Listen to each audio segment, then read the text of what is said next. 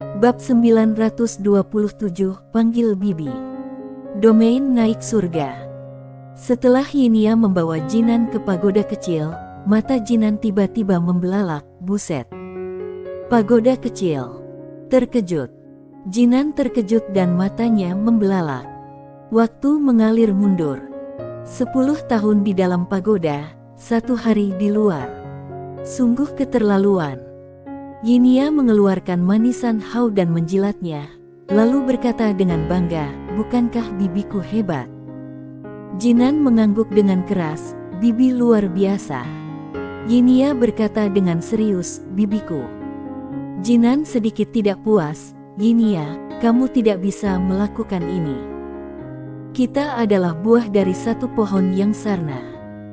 Dari sudut pandang teoretis dan etika, bibimu adalah bibiku." Yinia terdiam sesaat, kenapa ada yang merampok bibinya? Mata Jinan tiba-tiba tertuju pada manisan hau di tangan Yinia, dan matanya penuh rasa ingin tahu, apa ini? Yinia berkata, "Manisan hau." Jinan berkedip, "Enak." Yinia mengangguk, "Enak sekali." Jinan berkata, "Boleh aku mencoba satu suap?" Yinia mengeluarkan seikat manisan hau dan menyerahkannya kepada Jinan.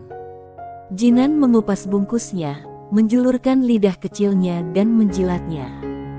Matanya tiba-tiba melebar, lalu dia menjilatnya beberapa kali lagi. Rasanya asam dan manis.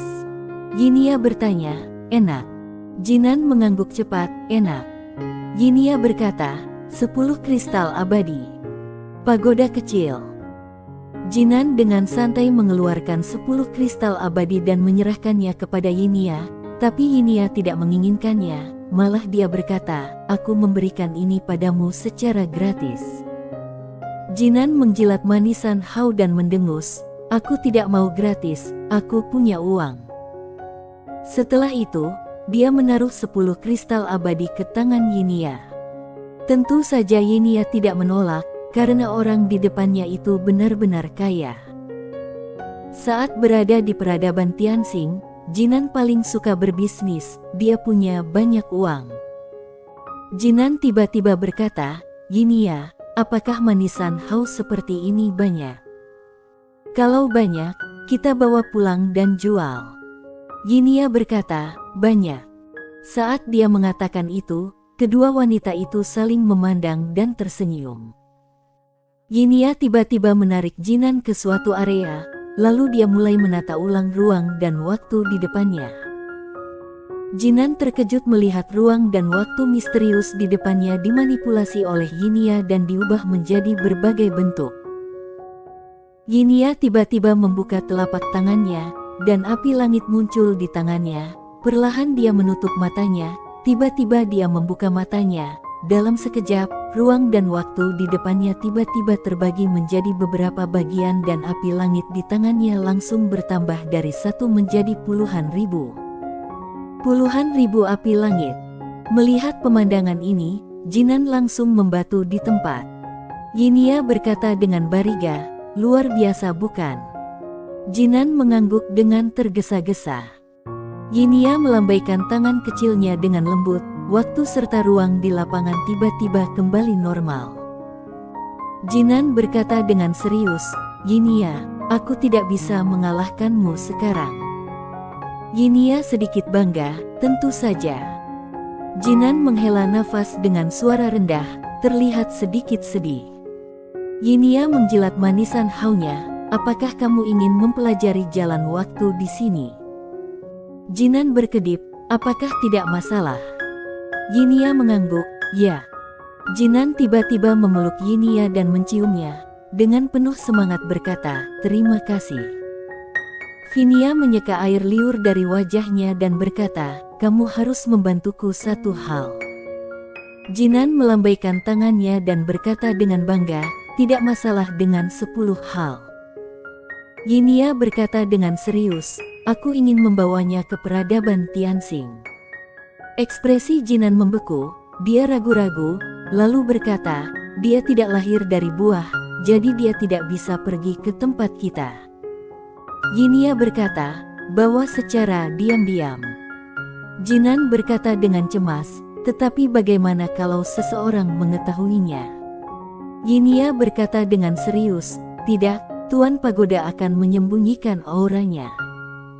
Menyembunyikan auranya dengan baik, tidak akan ada yang mengetahui bahwa dia tidak dilahirkan dari buah.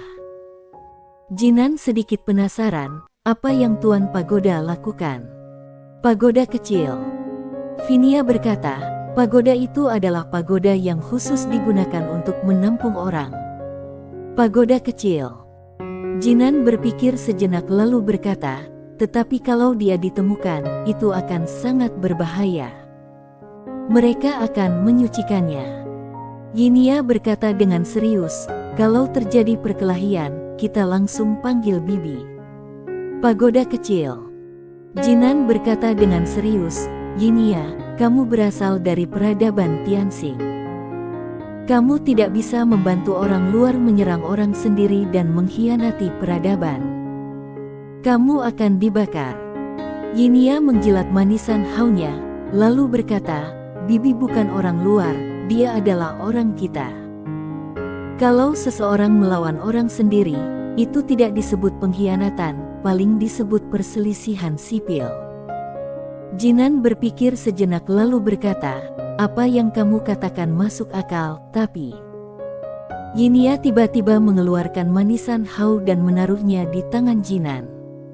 Yinia melirik manisan hau di tangannya, lalu berkata, kamu membuatku sangat malu, kamu tahu, kamu melanggar hukum dewa. Aku. Yinia mengeluarkan manisan hau lainnya dan menaruhnya di tangan Jinan. Jinan segera berkata, serahkan masalah ini pada aku. Pagoda kecil. Di sisi lain, Sander Ye duduk bersila di tanah dan menghitung barang-barangnya. Saat ini dia memiliki sekitar 290.000 garis keturunan leluhur, 18.000 kristal abadi, dan beberapa benda ilahi lainnya. Tentu saja benda-benda ilahi tersebut tidak ada gunanya baginya, sehingga dia mengirimkan semuanya ke alam semesta Guanxuan. Selain itu, dia mengeluarkan 90.000 garis keturunan leluhur dan 8.000 kristal abadi dan mengirimkannya ke Grace Nalan. Dengan kata lain, saat ini dia hanya memiliki 200.000 garis keturunan leluhur dan lebih dari 10.000 kristal abadi. Hal pertama yang dia lakukan adalah terus menanam pohon. Dia menanam 8 pohon tao lagi. 8 pohon tao itu menghabiskan biaya hampir 20.000 garis keturunan leluhur. Pohon-pohon tao berikutnya akan membutuhkan banyak garis keturunan leluhur untuk dipelihara, namun hal itu sepadan. Karena untuk saat ini selain kristal abadi, yang paling menarik perhatian ranah Kai Tao adalah buah dao abadi. Dengan garis keturunan leluhur, kristal abadi serta buah dao abadi, dia bisa membina lebih banyak master. Akademi Guanxuan kini berada dalam masa perkembangan pesat. Selain merekrut master dari luar, juga perlu membina master sendiri. Dan semua ini memerlukan biaya. Banyak uang. Memikirkan uang, Sander Ye langsung teringat pada ibunya, Stella Qin. Dia pergi ke peradaban Guize, dia tidak tahu seperti apa situasinya sekarang. Peradaban Guize. Sander Ye memutuskan bahwa setelah keluar, dia harus meminta seseorang menyelidiki peradaban ini untuk melihat apakah peradaban itu bisa ditemukan. Saat ini, Su Foli, Ruyan dan Tianqi muncul di depan Sander Ye. Melihat mereka bertiga, Sander Ye buru-buru berdiri, senior. Su Foli tersenyum dan berkata, aku datang untuk mengucapkan selamat tinggal padamu. Sander Fe berkata, senior akan pergi. Su Foli mengangguk, aku sudah terperangkap di sini selama bertahun-tahun dan menjadi agak terisolasi dari dunia. Aku ingin mencari beberapa teman lama. Tentu saja, aku pernah berjanji kepada kamu bahwa aku akan mengikuti kamu selama 100 tahun, jadi begitu aku menemukannya, aku akan pergi ke alam semesta Guanxuan untuk menemukan kamu. Sander Ye berpikir sejenak, lalu mengeluarkan 3 buah dao abadi dan menyerahkannya kepada Su Fouli. Su Fouli segera menolak, "Tuan Ye, aku sudah mendapat banyak manfaat, bagaimana aku bisa meminta lebih banyak?" Sander Ye tersenyum dan berkata, "Senior, ini sedikit pemikiran aku, terimalah." Su Fouli ragu-ragu sejenak, lalu berkata, "Terima kasih banyak." Setelah mengatakan itu, dia menyimpannya.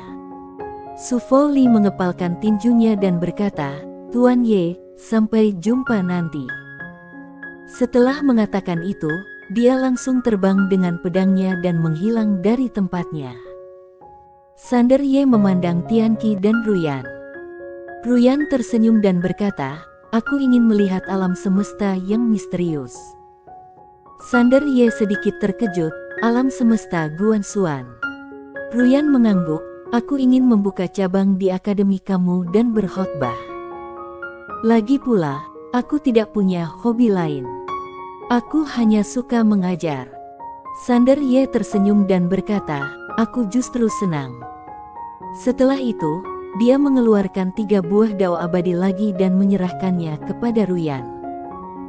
Ruyan menggelengkan kepalanya dan tersenyum, "Tuan Ye, tidak perlu melakukan ini. Kami sudah menerima bantuan yang tak terhitung jumlahnya dari kamu, aku malu untuk mengambil lagi." Sander Ye berkata dengan serius, "Senior, jangan berpikir begitu, aku juga memiliki motif egois.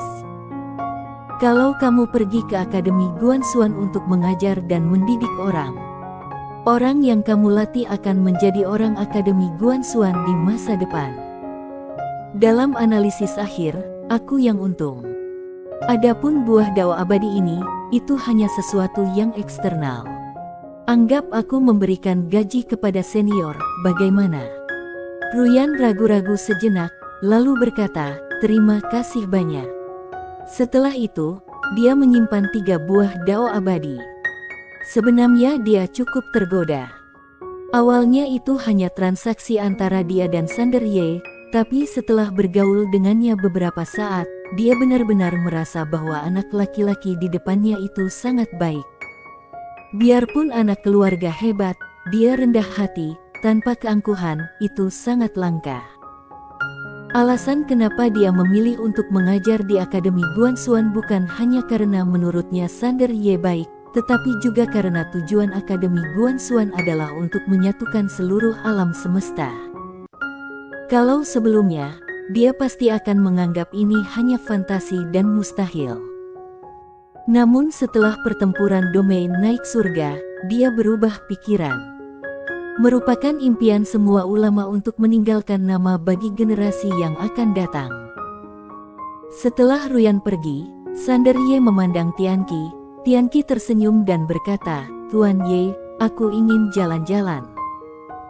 Setelah dikurung begitu lama, aku ingin mencari tempat untuk nongkrong." "Oh tidak, untuk berjalan-jalan dan melihat keindahan alam semesta." Sander Ye tersenyum dan berkata, "Oke." Sambil berbicara, dia juga mengeluarkan 3 buah dao abadi dan memberikannya kepada Ruyan. Tianqi tidak menolak. Dia menyimpan buah dao abadi dan berkata, "Tuan Ye, aku akan pergi ke Akademi Guanxuan setelah berjalan-jalan. Aku berjanji untuk tinggal bersamamu selama 100 tahun, jadi aku pasti akan tinggal bersamamu selama 100 tahun." Sander Ye mengangguk, "Oke." Tianqi menangkupkan tangannya dan berkata, "Sampai nanti." Setelah mengatakan itu, dia langsung menghilang. Setelah Tianqi pergi, Sander Ye menemui Yinia dan Jinan, 2 gadis kecil yang sedang mempelajari ruang dan waktu. Melihat Sander Ye, Yinia segera berhenti. Dia menghampiri Sander Ye dan berkata sambil tersenyum, "Domba panggang." Sander Ye tersenyum dan berkata, "Oke." Jinan di samping tiba-tiba berkata, "Apa yang dilakukan domba?" Sander Ye. Setelah beberapa saat, seekor domba panggang utuh muncul di depan mereka bertiga. Sander Ye merobek kaki domba dan menyerahkannya kepada Yinia yang mengambilnya dan mengunyahnya. Sander Ye merobek satu kaki domba lagi dan memberikannya kepada Jinan. Jinan ragu-ragu sejenak, lalu mengambilnya dan menggigitnya. Dengan gigitan ini, matanya tiba-tiba terbuka lebar, enak.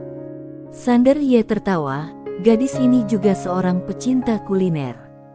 Ini adalah pertama kalinya Jinan memakan makanan semacam ini, dan rasanya seperti melihat dunia baru.